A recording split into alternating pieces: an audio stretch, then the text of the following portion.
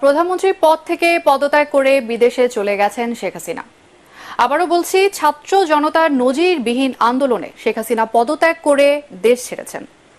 দুপুরের দিকে তিনি সশস্ত্র বাহিনীর সদস্যদের পাহারায় হেলিকপ্টারে গণভবন থেকে বের হন, এরপর বিমানে দেশ ছাড়েন। এই খবর ছড়িয়ে পড়ার পর থেকেই ঢাকায় রাস্তায় নেমে আসেন লাখো ছাত্র জনতা। হাজার হাজার মানুষ ঢুকে পড়েন গণভবনে, বিজয় উল্লাস করছেন তারা। 1 ঘন্টার মধ্যে রাজধানীর বড় প্রায় সব সড়ক জনসমুদ্রে পরিণত হয়। সবাই ছুটতে থাকেন শাহবাগের দিকে। বিকেল 3টার মধ্যে Shahbag, Bangla motor, press club সহ আশপাশের কয়েক কিলোমিটার এলাকায় ছড়িয়ে পড়ে জনতার ঢেউ। বাঁধ ভাঙা উল্লাস করতে থাকে মানুষ।